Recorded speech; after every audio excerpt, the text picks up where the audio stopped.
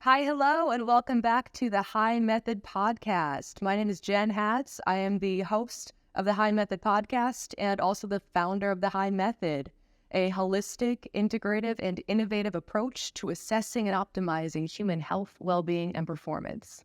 And I'm joined today by my co-host, Jarret Eden, representing Neuroforce One. Neuroforce One is a human performance company that has been training and churning out champions for years. And they offer assessments and training both in their facility as well as remote options available.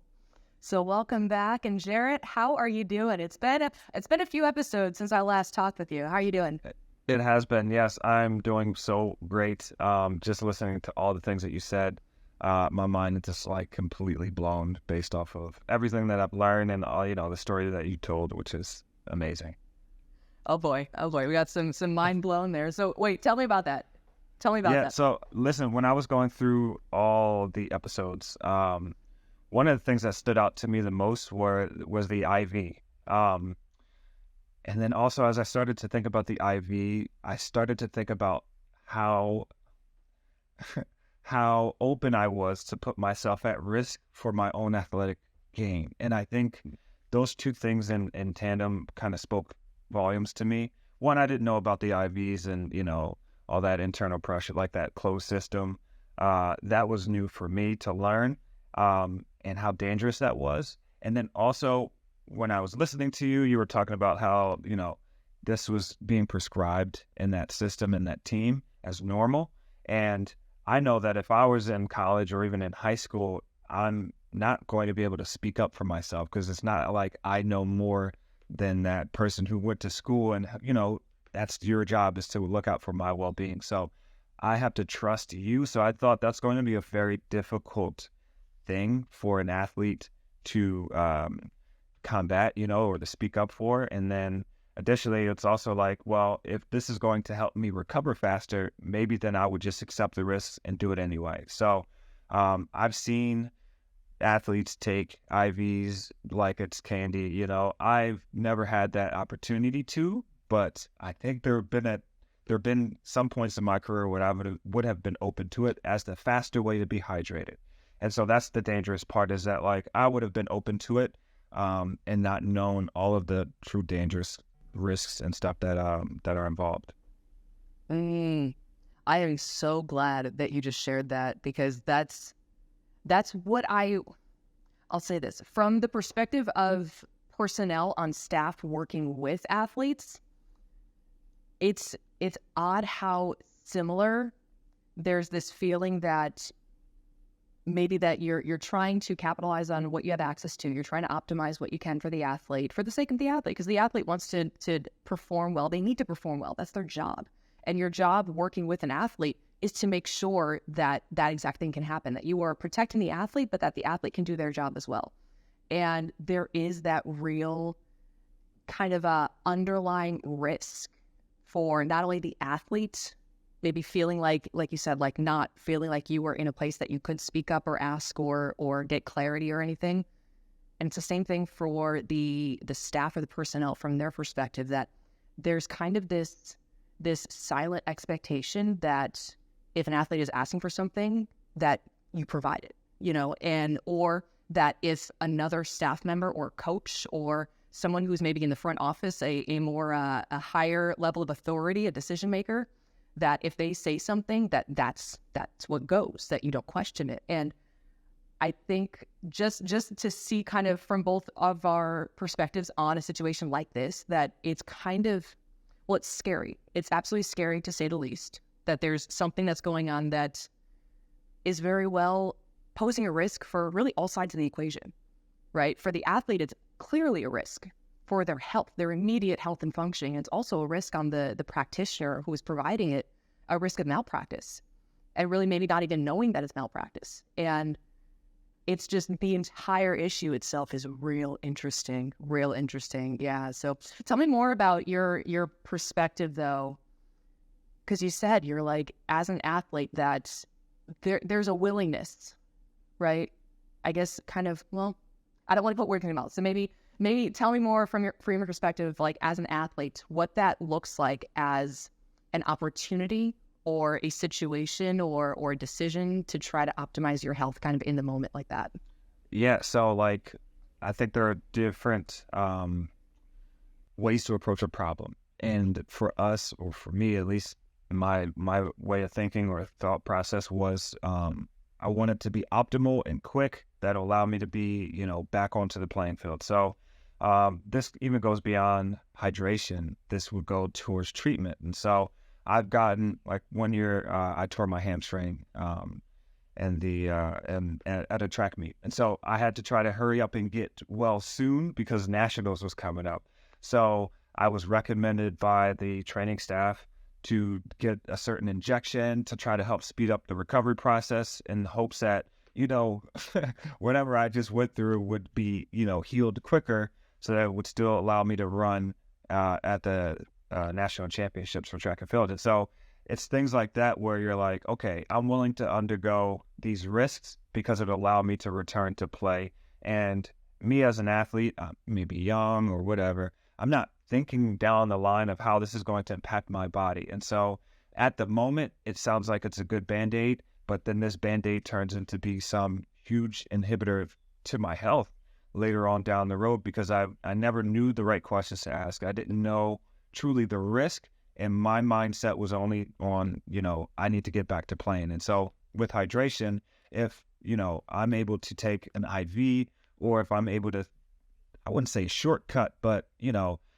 quicker ways to get me back feeling good, I think I would have taken it. And I think it's a real slippery slope because as an athlete, we're always wanting to take the next legal things that are going to help us as an athlete to get better. And so when that mentality is there and we're always striving to do more, get better, it's tough because we're not always the most informed people. So then that means I have to trust everyone who's in my circle. And if everyone in my circle isn't even as, is not on my side or is just thinking about how this is going to affect me as an athlete, then I put myself in true danger. And so I feel, because I know for me, that's what I would think. And I know that I'm probably not the only one, who have thought this way.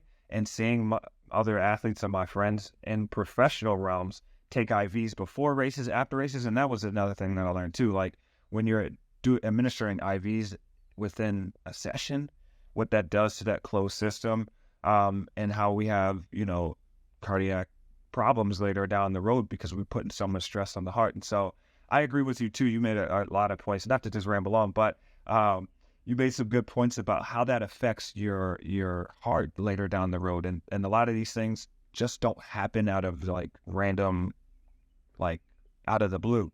These are things that have, over time led to this reaction.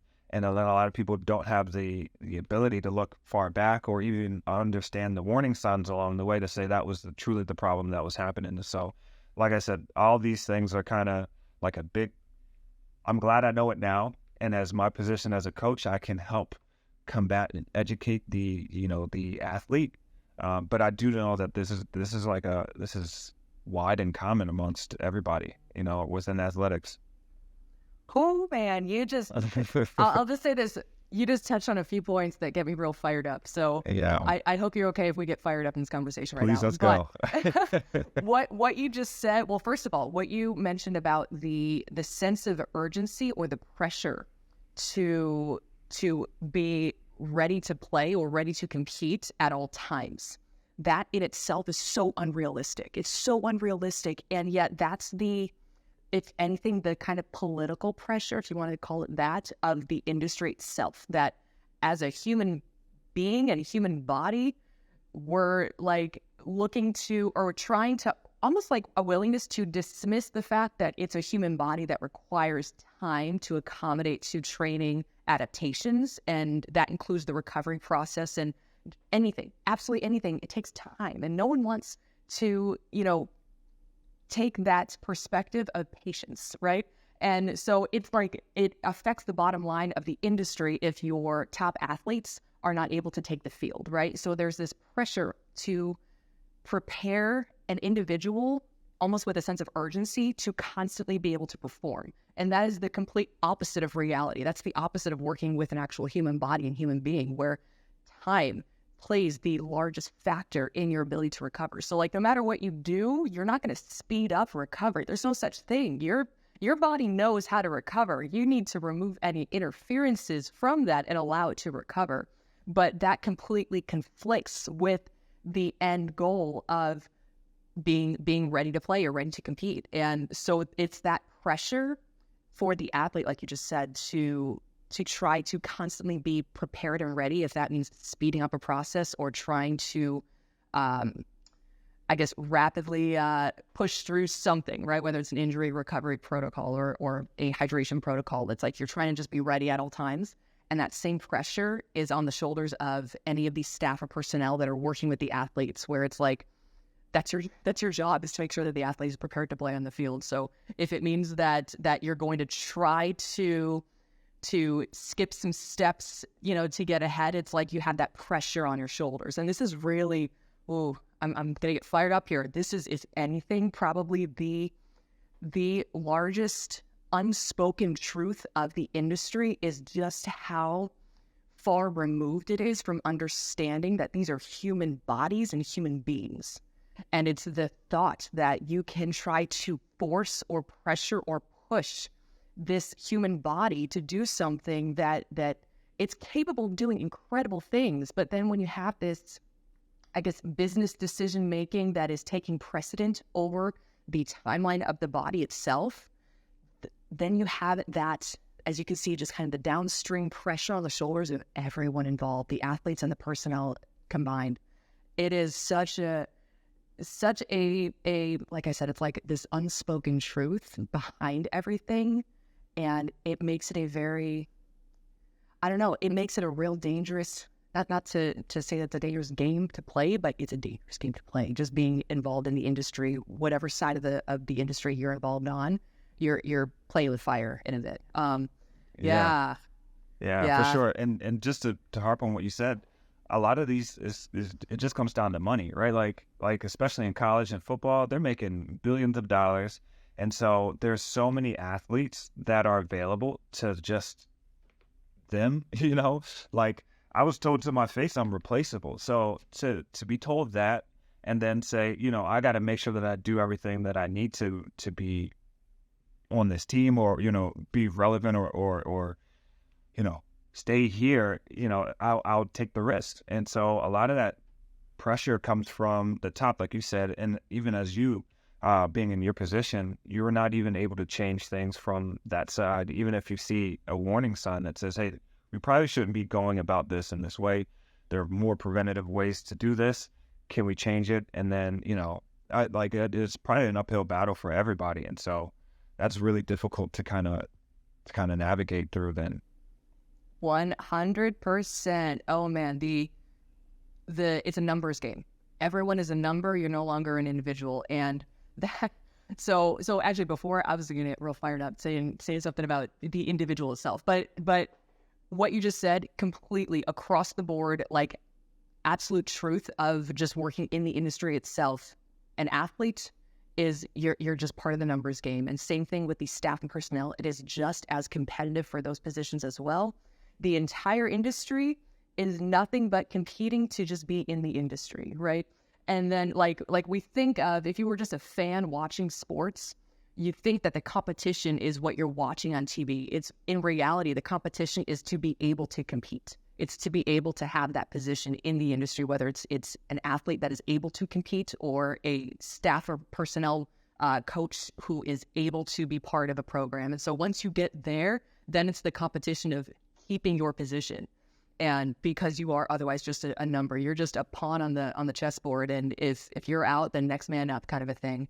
And which is completely opposing the absolute truth that every single human body and human being is an individual, an absolute individual. And you have to treat every single human being as their own individual, and trying to force anything or anyone into a box of what you expect or what you think or what you suggest or what you recommend, just because that's what has always been. It's like that can no longer be. That can no longer be how we operate, where we're viewing everyone as just one and the same, as just these equal moving pieces that we can, move around on the chessboard, if you will. But rather identifying that every single person is completely individual in their own way, and that we need to identify that and honor that. Yeah. So I get real fired up. I actually want to recap real quick in case any of our listeners are wondering what it is we're talking about. Just to recap a bit of the story here. So during my experience working with athletes, I kept coming across a similar problem. It was specifically within an organization that became very prominent. But it's the topic of, if anything, the topic of really being misinformed or misled by guidance or advice or information that may not be fully accurate, may not be fully representative of you and what you need, but that if it is, in fact, kind of this overall overarching attitude and belief of the organization that you're a part of, that for you to assimilate to that team culture, to the program it is, whatever the sport you're involved in, that you tend to kind of fall in line. And as we're talking about here, you may be following advice, following information, following different practices that may not be best for you as the individual, really because it's never really been brought up to question. It's never really been discussed in a way and really questioned in any way. A lot of that is because this attitude and belief that if it's always been, then that's just how it goes and that's how it needs to continue. And that's not the reality here. And with this specific situation, it was, I came into a program and identified immediately that there was a long-standing, very dangerous practice of athletes being given IVs, liquid infusion of IVs. So you're taking liquid from outside the body and you're infusing it into the body very rapidly through an IV, instead of using traditional hydration tactics, where I say traditional, really it's how your body is built and designed, is to take in fluids by mouth. And instead it was this thought that they could optimize their hydration status, that they could prevent dehydration or prevent muscle cramping through this tactic, and kind of bypassing what would otherwise be the normal route and may otherwise take a little bit of time for the body to accommodate, right? And require a little bit more patience on our part and a little more recognizing and acknowledging our lifestyle factors and how they play a role. But instead, it was this thought that we could bypass this and try to, if anything, out-science the whole process. And it wasn't necessarily that these athletes came into this program knowing this. It was the fact that they came into this program and this is how the program operated. That this was something that was a long-standing practice within the program. And so athletes were just following suit. They were doing what was being given to them, or, taking in what was being given to them by personnel and staff. And so when I came into this program and I saw this was happening, I said, this is not happening under my watch because this is extremely dangerous. And if you want to understand what the dangers are, then I definitely recommend listening to the full series, the full hydration series. It's kind of a dark side of hydration saga, explaining the risks from a physiological standpoint, the absolute risks that are involved with this practice, and why we need to really zero in on correcting this when we do see it. But then the bigger picture, I guess, component to the story is the fact that not only was this going on at this program, and during my time there, I was able to correct it within the program itself, but that to one of the athletes that I worked very closely with, specifically in this practice of this athlete was receiving IVs in a very dangerous manner. And it was specifically when he was about to play or during play that he was receiving these IV fluids under very rapid conditions and under very high physiological stress of play. And this athlete, even though together, when we were working together, he was able to make progress in reducing this psychological dependency on this thing. He felt like he needed it as part of his pregame, even halftime routine. And we started to remove the layers of psychological dependency on it by instead focusing on his behavioral patterns throughout the week to feel prepared, to feel like he had better control over himself and his body and how he was preparing to play. But this athlete, even though we saw all this progress, this athlete still ended up having a major cardiovascular event on live TV in front of an audience. And everything that he had been experiencing for years, and just kind of catapulted into this event. And this is even now, right now, the public is under the impression that what happened for this athlete with his health at that time, that this was a completely random timing, that this was this really rare occurrence of timing, and that there's no other underlying concerns behind it, that there's no way that, you know what I mean? Like, just a very random, coincidental event. And in reality, there were very clear patterns of behavior for years that were placing this individual at risk for this exact situation to occur. And the reason why I felt very strongly that I need to start to get this message out is because of the fact that not only is it dangerous, not only did I identify it as being dangerous at the time and when I was working with these athletes to correct it, but the fact that this not only happened to an athlete on live TV in front of an audience, it's the aftermath now that there has been a narrative or a story about the whole situation. And it's a false diagnosis, if anything, that is instead being cast out to the public. So the public is under the impression that there is this certain diagnosis for what happened. And the individual himself, he is living his life right now with this false sense of security based on a diagnosis that isn't actually realistic to what happened. It's giving him and giving everyone who is involved in any type of a behavior like this the false sense of security of what it is that they are involved in or maybe have been involved in. And instead, it's redirecting all of the focus towards something that is, at the end of the day, it's misinformation. It's not the correct diagnosis that everyone's focusing on. And it takes the attention away from the true problem at play, which continues to be, in this case, this dark secret that no one wants to talk about. And it's really difficult to see that this is how everything is played out because, well, I'll say this. So I waited a little while before trying to make this very public knowledge because I felt very strongly, same thing like back in the day, working with these individuals and with these programs, that I didn't have a place to speak up and say anything, that I felt almost a pressure to silence myself and to choose a route of discretion and really respecting privacy in every sense of the word, even if it meant silencing what I needed to say because I felt like I didn't have a place to say it. And I went through every route possible to make sure that the appropriate information was provided to the appropriate channels. So even my efforts to properly inform the Players Association. After this event happened on live TV, I immediately was getting in contact with any contacts that I had with the Players Association, with the professional organization that I was a part of, and even with the athlete himself.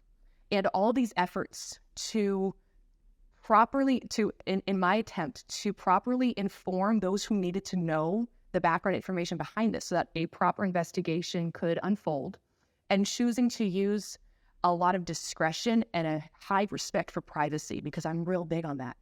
But at the end of the day, all of this effort that I put into communicating this out to these different channels ended up with one big roadblock every single time, or one big dead end every single time. And I realized that I can no longer choose to be afraid to voice this, frankly, because the public is being led by misinformation, and the individual himself, like I said, is leading his life right now with a false sense of safety that what occurred is this completely random, coincidental thing that there's no chance it could ever happen again. In reality, that's not the case at all. And so if this means that we need to remove the fear of speaking, remove the cloak of silencing ourselves, and start to make very strong, bringing it to public attention in a very strong manner, that there are some things that we need to address. And if it means that we need to step outside of our box, quote unquote, I'll use quotes when I say that, because we tend to put ourselves into boxes of what we think we are allowed to say or do. But in reality, this is the kind of thing where it's a general safety concern to continue to keep this silent. So yeah, so I just went off there for a little bit talking about the overall story and why I feel very strongly like it needed to finally be made public knowledge that there's absolutely repeated pattern of behaviors in not only in this athlete's medical history, but this is going on across the board in athletes across the industry. And some of it is like we talked about, a pressure of feeling the pressure to compete and to be ready to compete. And then I think a lot of it also is the fact that there is misinformation, that there are absolutely practitioners out there who may be doing something and they have no idea that what they're doing is dangerous. They just don't know. And it's not that they're intentionally doing something to place danger on someone else, to place a risk on someone else. It's the fact that they don't know. And that's probably even more dangerous. The fact that highly credentialed professionals that you trust, I mean, you said it, like you trust these individuals and they might not even know what it is that they're doing. It's really the entire topic of misinformation. And actually, Jarret, you and I talked about misinformation a while ago. Recently, actually. Recently, we chatted about the fact that there's a lot of misinformation out there that can so easily be accepted, blindly accepted. And that, I think that is probably the scarier part, that we can blindly accept misinformation, or, well, I'll say this, we take an information either blindly accepting it as truth, or we're so skeptical of it that we immediately dismiss it. It's like one or the other of the extremes. Yeah. Why don't you tell me a bit about the story that you shared with me about seeing some misinformation that got you fired up? Yeah, well, first, thank you, Jen, for like wanting to speak out. I know this can be like difficult. So wanting to share your story and wanting to tackle, these problems that don't get said, and how hard it was to try to change the course of action within your own program, but to just, want to speak out and continue to inform other people about how they can change their own program nationwide so that, we can crack down on some of these I want to say malpractice, but like bad habits, that are definitely just being accepted throughout different programs. And it's not even just specific to one sport. I think if a school has the means to do it, then they will. So it's a very dangerous kind of slippery slope to kind of be going down. But no, a lot of the misinformation for me that I've heard, oh my gosh, I don't even know where to start. But from just diet to nutrition to hydration, it's you don't really know who to trust, and a lot of times you get conflicting information, varied from athletic trainer, and even from different programs, right? Like I used to see a track and field specific athletic trainer, and then I went and saw somebody else who did a little bit more football, and they told me something completely different about just recovery and things like that. And so it's truly tough to find a credible source. I wouldn't say credible, a consistent message that you can try to get behind. And that one is really difficult because I'm trying to put myself back into my high school age and even collegiate age, and how I would take in this information. And again, a lot of it is just blind trust. So if I didn't have a nutrition class, or if I didn't, take certain things, then I would be completely oblivious to any and everything that's out there. But could you tell me some of the solutions, I guess, to some of the misinformation practices that you've heard? Yeah, so it's such an interesting concept of what you just said too. It's like I'll start first. Misinformation is never going to come across immediately as misinformation. We're not going to identify it as misinformation because we're just constantly absorbing information at all times, and we're either accepting it as truth or we're skeptical and disregarding it or dismissing it. But unless we have a background across the board, then we're not going to know which side of the fence to sit on. You know what I mean? Whether we accept it or disregard it. And so that trust factor, first of all, plays probably the largest influence, if you will. That, and even not so much trust, but if someone just has, let's say they just have a greater position of authority, of leadership, of if it's just someone who has someone who has a big audience, someone who has eyes on them, we tend to take that as someone who is trustworthy, that we can absolutely rely on what they're saying. And even if it's not someone who is in that sense, like in the public eye in any way, but if it's someone who is just who was hired by the organization that we're training for or playing for, if it's someone who is part of the staff, we want to assume that there's enough background of competencies that this individual is truly good at what they do, that they're hired because they're good at what they do.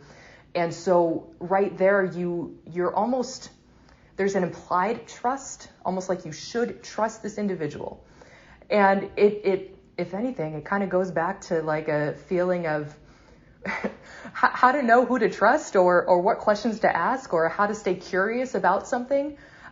So this is something that I'll start first. So trying to build that trust and build that credibility when I was working with athletes in this specific situation where I was needing to really start to make some changes for them within the program culture. And gaining that trust factor meant that we had to take a real steady, slow approach towards me educating them. Specifically, I wanted them to feel that much more educated and empowered in their own decision making and to not feel like they had no choice or no say in the matter. So I spent a lot of time prioritizing education. I still to this day, that is the absolute first area that I will ever go towards, is any time that there is really for anything, any topic, any situation, any subject that we're ever talking about or ever coming across, having some base of education. If we're not educated, then start gaining some education, start gaining some insight into whatever it is this topic is, so that way you have some base of comparison at least to be able to compare what someone is saying maybe to something that you've learned at some point in time, and being able and open to question and to practice some curiosity in questioning. And from there, then if you do have the ability to have solutions available to you based on what you're learning, what you are deciding for yourself, if something that someone is saying sounds like one thing, but you know that you've learned something else and maybe something doesn't feel quite right for you about what they're saying, maybe you can still find a solution that is in the middle ground. So being open to, we'll say, adapting an approach, not necessarily fully buying into something and not the other side of it either, being completely skeptical and dismissing it, but keeping that kind of open mind and that adaptability and allowing for some creativity in the process. And then being able to find access and availability to actual solutions then that you could lean into. So this is a big part of what I've been putting together with the HII Method, is that it's an overall problem solving approach, but it's a combination of problem identifying and then solution finding. So I don't like to think of like problem solving as if everything is this direct linear thing. I think we first need to look at how do I identify what the problem areas are, or the core problem areas to focus on, and then how do we find solutions that fit. A lot of it is because there is the individualized nature of each individual, first of all, but then also every problem is not going to present in the same way in each individual, and so every solution is not going to be obvious for each individual. So it's kind of a combination of everything. So that's everything that we're working on with the HII Method overall as a model is looking at that. It's the combination of problem identifying, solution finding, and with specifically with hydration as this big topic that we're talking about here. So some of the problems that we've been able to kind of identify, that there's a need for individualized hydration approaches, and being able to assess where we're at, assess our own hydration status, and then being able to find the best solutions, the best approaches, the best like physical fluids or supplements or whatever it is that we would need for our own needs. So the actual first project that I'm working on with the HII Method is focused on that. It's an entire individualized hydration assessment and supplemental solutions, kind of all tied in one. And it's emphasizing specifically a non-invasive approach to assessing your hydration status, first of all, so that way you actually know what's going on inside of you, and then an individualized supplement solution, so that way you're able to also make the best decision for yourself to provide yourself with what you need. So this is kind of the first big project for the HII Method. So if any of the listeners are interested in learning more about that, you can click the link in the show notes so that you can get added to the email list that you're sent out with updates. And then there's also the HII Method fund that is being opened up to start the process on that entire project. But otherwise, yeah, so solution finding when it comes to, I guess, just hydration in general. Yeah. Jen, I love that. And I just wanted to circle back to one thing that you said that really grinds my gears and it gets me fired up is watching people on Instagram or Twitter or on YouTube claim to be experts in the field. And then they start to give conflicting advice to people who are younger, right, or more impressionable, who don't know any better. And so we talked about this recently. It was like I got so amped up on an Instagram post because this platform was targeted more so towards high school athletes, right? And so within the track and field community. And so it grinded my gears so much because this is the demographic that I'm engaged with now. I'm a high school coach, track coach here as well. But seeing that just wrong information being put out there, and then watching the comment section of that post, and then him combat and fight for that particular point, really kind of grinded my gears. And that goes along with misinformation about they have hundreds of thousands of followers. You would think that they know what they're talking about. They post videos about how to become better athletes within my sport of track and field. And then it's like you see some of the content that's being put out there and it's just totally garbage and it's just wrong. And it's actually harmful to the athlete if they were to truly follow this. And so I think it's being the athlete, being younger, learning how to question, learning how to educate yourself at such an early age and kind of help decipher which is true in fact or what just goes against logical sense is truly helpful. And my heart goes out to these athletes of, this generation, because they're just getting yelled at by so much information that, from all sides, they don't really know who is right, or what is, what is wrong or what can hurt them later down the road. And I think as an athlete, things would just kind of get complicated more and more as the sports science, the medical stuff kind of grows to say, hey, these are fast acting solutions, or hey, this new research has shown that you gotta only drink mayonnaise, for after practice because that's going to help your XYZ. But it's like, hey, if we really sat down and thought about this is really like not good at all. So I don't want to get too fired up either about Instagram, but it just really it frustrates me the most when I see stuff like this happening. And I know there's other channels that dedicate themselves to just attacking all of misinformation. And I think, I would love to talk a little bit about misinformation from here and there as it pops up, because I think that's one thing that I will definitely get, I just got to say something. If anything, your reaction right now is exactly what they're going after too. Like when anything on social media, anything that it needs to be like a one sentence pitch, you know what I mean? To get interest and in this case, to get people fired up in some way, right? Either they get buy-in or they get pissed off. So either way, it's working, right? What's the saying? No such thing as bad publicity or whatever. But that's exactly what it is. It's intentionally an inflammatory statement being made that it's so bold and strong that you immediately get people that are like on board. They're like, oh, that must be right, or you have in this case like, no, that is clearly wrong. Don't follow along with this. So I would say, if anything, if there's ever like a little piece of advice to send out to the public when you are scrolling through and looking at anything really, if it's the most I guess intense type of, if you're having an intense reaction to something, either you're very strongly immediately like, oh, I need to change something about what I'm doing because this is probably, what they're saying is right or whatever. Or if it's the opposite, if you're immediately getting pissed off, there's a reason for that. And that's an intentional, that's an intent on their part that they are trying to get a reaction out of you so that you are quite literally reacting to their post, and then that boosts up their place in the algorithm. But on top of that, I fell for the game. You fell for the game. Yeah, right. Yep, right for that trap. You're like, I fell for the bait. Yep.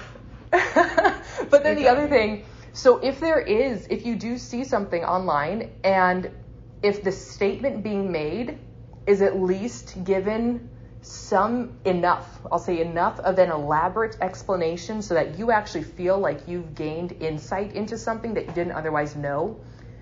If there is that kind of information presented with a strong statement, then you at least are more likely to be hearing something that is credible, that is actual realistic guidance or advice, because the individual has taken that extent to properly educate you. Whether or not the education itself, whether or not the statement itself is still true, at least you know that there's the extra step in the intent and attempt to educate. So that would be like the next step in looking at something as being a credible source of information, is if they did intend and actually attempt to educate you in the process of making that statement. And then the next step beyond that would be if they actually showed that much maybe evidence of conflicting statements out there that are different from what they're saying, so that they're actually showing you, hey, there's a contrast, there's a conflict of opinions. This is what I have to say about this entire thing that we're talking about, and here's the reason why. So the more that you start to get education and rationale behind a statement, you're probably getting that much closer to a credible source of information. Whereas if it is just this bold statement and nothing else, then chances are that's all they wanted, was to make a bold statement and nothing else. So it's a little bit of just starting to practice that degree of discernment with what you're seeing and how to identify if it is in fact a credible source or not. Because here's the thing, and here's kind of the thing that, if anything, I know you said that grinds your gears when you see that, and I'll tell you what, so something that grinds my gears like to the bone, I'll say this: I will see individuals who are highly credentialed, very credible sources of information, and even they will put something out there that is really not good advice. It's wrong, or it's misinformation, or it's misleading.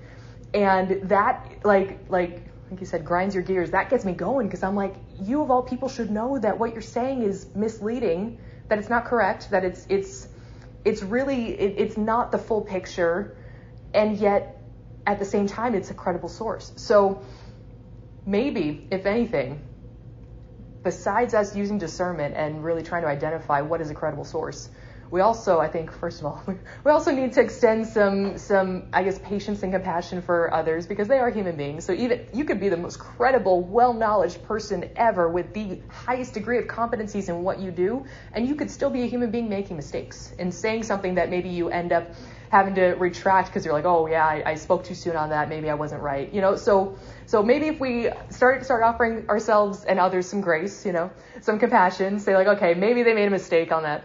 But if anything, yeah, continuing to use that degree of discernment and trying to peel back some of the layers of what someone is saying is like, how true is this actually?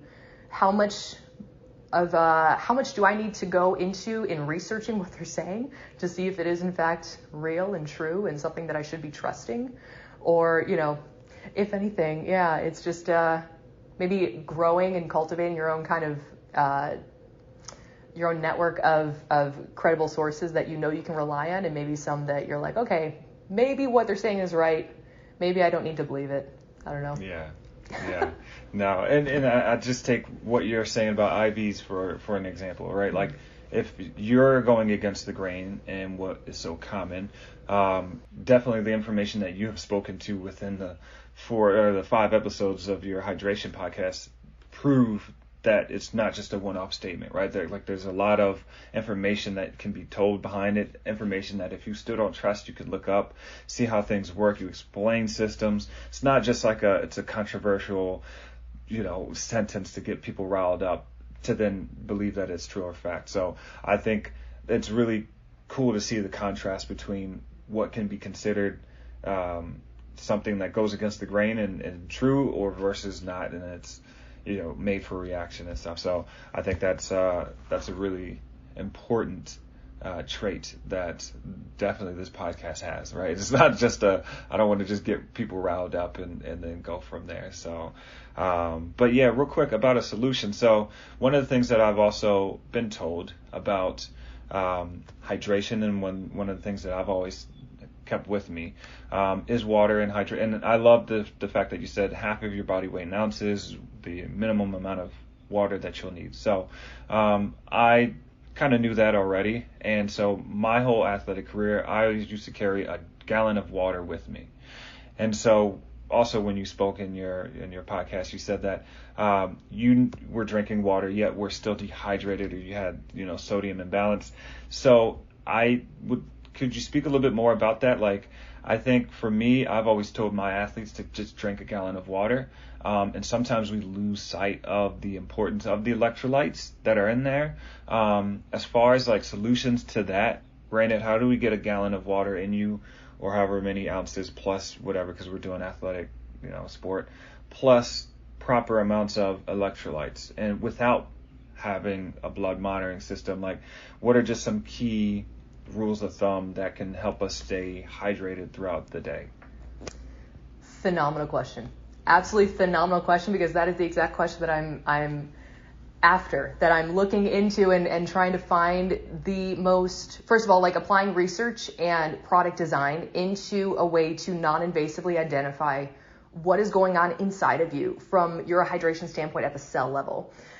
So just to go back to a little bit of my story, as he mentioned, that I was drinking absolutely, the fluid intake and even the electrolyte intake that I needed, and yet I still ended up in this hydration-related emergency, which was at the end of the day, it's an electrolyte imbalance, but it was to a degree that it was absolutely critical that I seek out emergency medical care like at that second. It was like crucial timing. And that just points out, first of all, how absolutely critical it is to maintain your hydration status. Specifically, it's not just the total body water content or the total water intake, but it's to the degree of specificity of your electrolyte concentrations, because your body and your brain prioritizes hydration to the degree of electrolyte concentrations. Like, you actually devote the majority of your energy every single day to prioritizing and maintaining the sodium and potassium pumps in your cells. Your body already understands how critical this is, and yet we just consciously as human beings, we're only just now identifying how crucial this is. And so it's kind of interesting that there's this disconnect, this gap of education, first of all. But so those electrolyte concentrations in your system, not only your body, but in your brain specifically, that is why you are able to have any type of nerve impulses, because you have the appropriate concentration gradient for that electrical signaling to take place. So this is like the most critical component to your body's functioning, to your brain's functioning, and therefore to you functioning. But so to be able to identify it though, I'll go back first. So when I was being treated for this hydration related emergency, this electrolyte imbalance that had me in the hospital, they were taking my blood every few hours so that they could actually identify and track the changes in my electrolyte concentrations at the blood level. And that was how they were getting that ability to then make a decision on the intervention, on however much, or the concentration or the fluid or the rate of IV fluids that I was receiving, so that way they could track everything. And they tracked everything. And that right there is why, when and how and why you would want, in this case, like IV fluid administration, when you are absolutely tracking how your body's responding to it at the blood level. The problem, though, at least I'll say this, coming home then, after the hospital, trying to go through a recovery process without having the ability for me to track my hydration status at the cell level, that was the most difficult process to navigate, because I can't just take my blood at home and get an electrolyte concentration. There is not yet, at least, an at-home blood assessment for your electrolytes. And trying to track through just urine output or through thirst is not enough. I mean, I, if anything, lost that trust in my thirst response, because my thirst was through the roof, leading up to going into the hospital, because of an adverse reaction to an over-the-counter medication. So it had nothing to do with my hydration status. And even that in itself is advice that a lot of people follow along with to listen to a thirst response, or like, don't wait till you're thirsty, just keep drinking. That's a very common recommendation that is out there. But in my case, it's like, you can see clearly that if I continued to drink, if I kept listening to that thirst response, I very easily could have put myself into a coma, because the thirst response was not happening because of dehydration. It was happening as a side effect of medication. So it's like there are things that we have been following, different recommendations we have been following, information that we have been following along with. And now it's time, I think, that we all start to innovate how we then improve upon what we've already been doing. So in this case, maybe not solely relying on thirst, or maybe not solely relying on urine color or urine output, but being able to track as best as possible, as closely as possible, our actual hydration status internally at the cell level. And because of that emphasis on the electrolyte concentrations being the cornerstone of your hydration status, that's where a lot of the research and the product design that I'm focused on for the HII Method, for this hydration related project, is entirely focused on leveraging that knowledge of the positive and negative charges of those electrolytes, and how when they shift inside and outside the cell, you're going to get a shift in that positive and negative ion concentrations. So this can be captured through what is called bioelectrical impedance. Now, the use of bioelectrical impedance has been, up to this point, used for body composition testing, to be able to identify loosely, a little bit of a body fat percentage versus your lean body mass. And that's kind of what it's been used for. In reality, what it's tracking is the concentration of water in your cells and outside your cells. So then it's getting like a rough estimate of your body fat percentage based on that. But in reality, it's the greatest, it's, if anything, like a gold standard of identifying hydration status, because it's looking at exactly that. It's looking at exactly your body water content and the concentration of positive and negative charges. So inside and outside the cell, the water concentrations inside and outside the cell. So what I'm working on is trying to capture this technology in an easy to use at-home device that you can continually track non-invasively, very safely, and very accurately, and be able to replicate it over and over again throughout the day, so that you're constantly staying on top of what your hydration status looks like. And then on top of that, focusing on hydration, basically a supplement line that is going to have a variety of different concentrations of those electrolytes. So having that total water intake is one thing, but then having the appropriate amount of electrolytes is an entirely different thing altogether. And there's a lot of products out there that carry different concentrations of electrolytes, different concentrations of carbohydrates. There are a variety of different drinks out there. And I think, fortunately, we do have a variety out there to choose from. Unfortunately, the information about which to choose and why to choose it and when you would need it is not always there.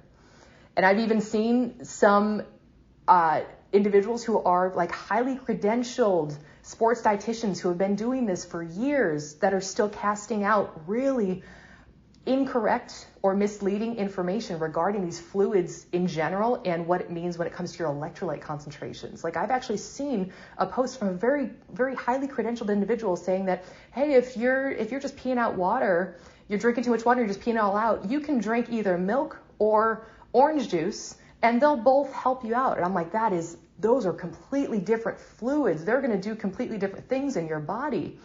So identifying that there is a difference, there's a very big difference in what it is that we're taking in and what we would need based on where we're at.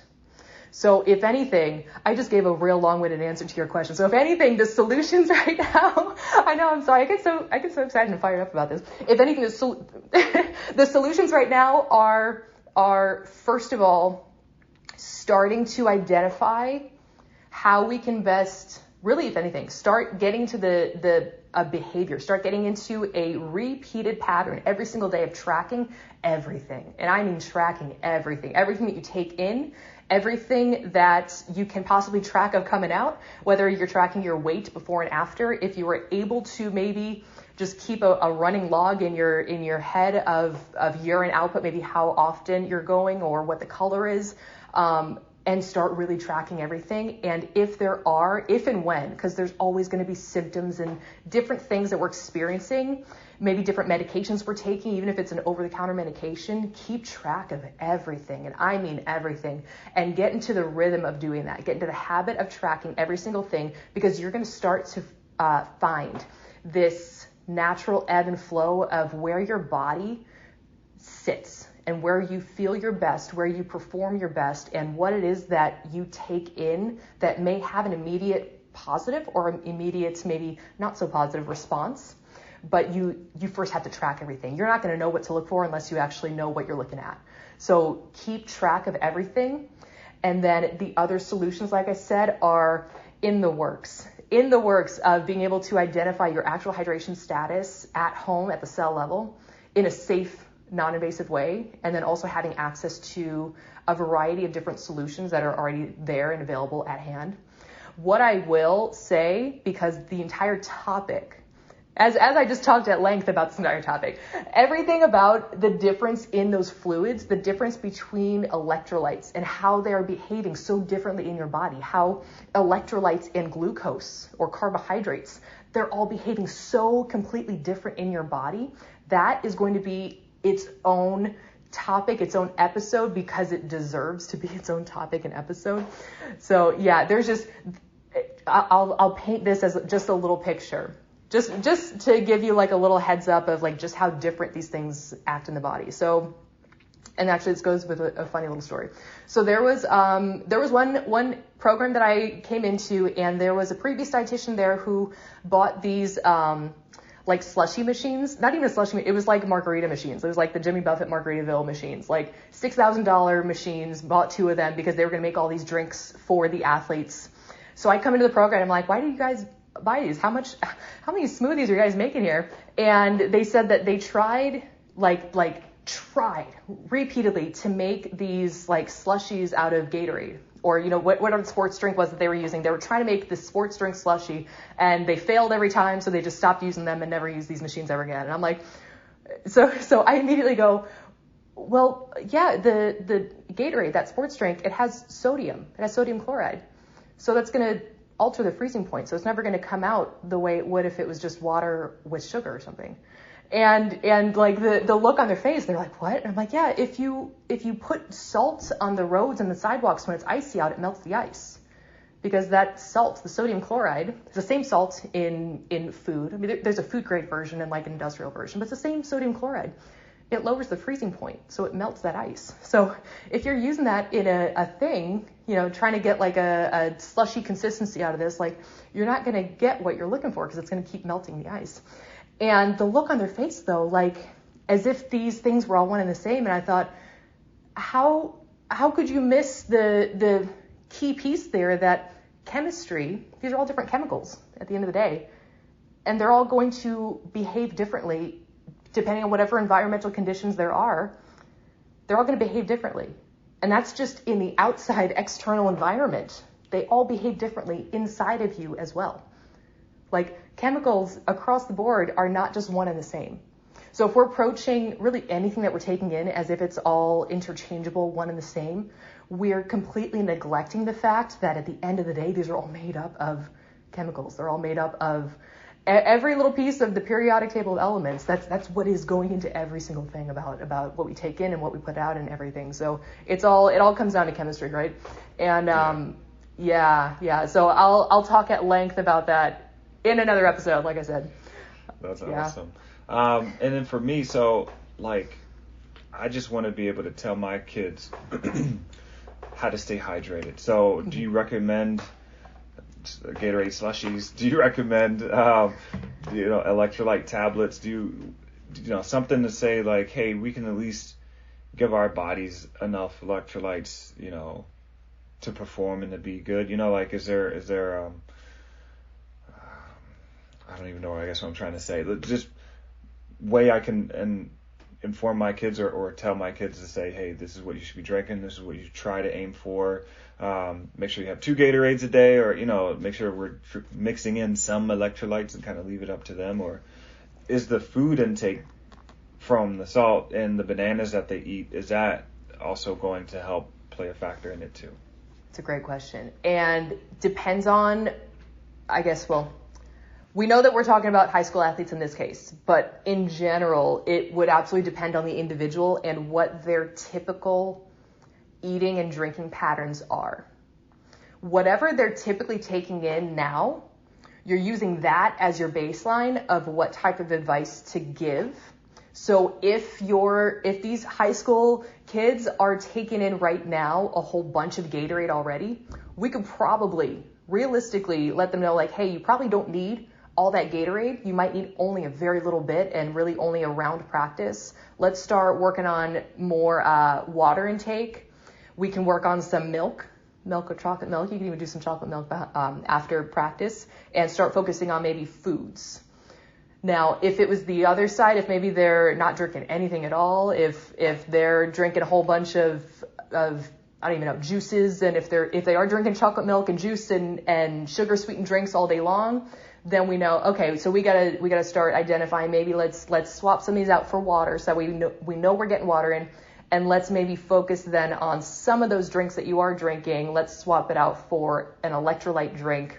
Really, a milk, if it is a milk or a chocolate milk, you're getting a real nice kind of packaged up deal of electrolytes and macronutrients in that drink, and it's actually really well hydrating as a beverage in general. So that would be a nice way to swap something out. Even if you're swapping out a Gatorade for a milk or a chocolate milk, that might help for their overall nutritional intake, again, depending on what it is that they are already taking in. And this is under the assumption, I don't want to assume things, but under the assumption that high school athletes may not be having access to the widest variety of fresh, like natural whole foods all throughout the day, that there might be a lot of processed food throughout, I don't even know. It's been a long time since I've been in high school, but if I had to guess, it was a lot of vending machine food and like pizza in the cafeteria and stuff like that. Yeah, it's still bad. Is it really? They'll tell me their lunches from day to day, and I'm like, oh, this is terrible. Just pack your lunch. Right, yeah. So and that's exactly it. So it's like, meet them where they're at. If they're currently struggling to just eat, like, if we want to call it a balanced diet, where there's going to be processed food in that age group, processed food that they're eating in that age group. It's just hard to get around it. But if they are starting to incorporate, making their own lunches, bringing more fresh whole foods, if they could just have a fresh piece of fruit with whatever the other processed food item is, like, that's a step in the right direction. So whatever we can do to encourage that contrast, and then it's really just the overall gradual push. So yeah, so long-winded advice, but if anything, take a look at kind of what their intake is now, from a hydration standpoint at least, and start to identify, okay, if you are taking in this much sports drink already, let's cut back on the sports drink and let's get some more water and maybe some sort of a milk in there. Yeah. On the flip side, if it's a lot of sugar sweetened drinks, a lot of juices, then definitely want to focus on water and probably start to maybe encourage some like whole fruit instead of juice. So maybe start identifying like food sources that they can get those calories from instead. Okay. Yeah. I like that a lot. Yeah. Otherwise, unfortunately, there is no just one size fits all. As an athlete, that's what I'm looking for. The quick answer. We already discussed that. I know. Joking, Unfortunately, there's not. But I would say, if anything, that gives us that much more kind of emphasis towards those individualized solutions, because then it's like, if you know for a fact that there is no cut and dry one size fits all approach, then you know that the only other alternative is that you have a completely individualized need. So it's that much more important that you identify that and that you focus on that and prioritize that. And so, yeah, tracking everything you're taking in, how you're responding, and then finding and learning when and where to make adjustments. Yeah. Good stuff. It has been so nice chatting with you today. I'm so glad that we got to explore some of the areas of misinformation when it relates to hydration, at least, and some of the some of the darker kept secrets of the industry. We'll just say that, the dark kept secrets of the industry. Yeah, I look forward to these conversations. I really do. Like I said all the time, I learn so much, and I'm just able to take this and apply it so that I can be a better coach. And I hope that whoever else is watching this, they can take this information and use it to change either some systems or challenge some ideas or just ask why. I think being able to say, hey, why are you doing this? Or what does this do for me? And to kind of hear whoever's answer. And I think arming yourself with proper knowledge is probably the only way that we're going to make real change out of this anyway. So, yeah, I'm so glad and thankful that we get to have these conversations, Jen. I love hearing that. We're just like on the same wavelength right now. Absolutely. It's like the most important takeaway that we could ever have, really, if anything, is choosing to be empowered in our own decision making. And so that comes from educating ourselves. It comes from using discernment. And it comes from being okay with asking questions, being okay with questioning what you're being told, being okay to think outside the box, and being okay to speak up on it all. Because it's only until we get to that point that we're all okay with doing that. Until then, there's a whole lot of progress that is left to be discovered and left to be found. So, on that note, thank you all again. Thank you all again for tuning into the HII Method podcast. And again, so you can click the link in the show notes to get some more updates on all of the updates when it comes to the HII Method, the HII Method Fund, and everything that the HII Method and Neuroforce One are doing to create that positive change and make that forward progress. So thank you all. Take care.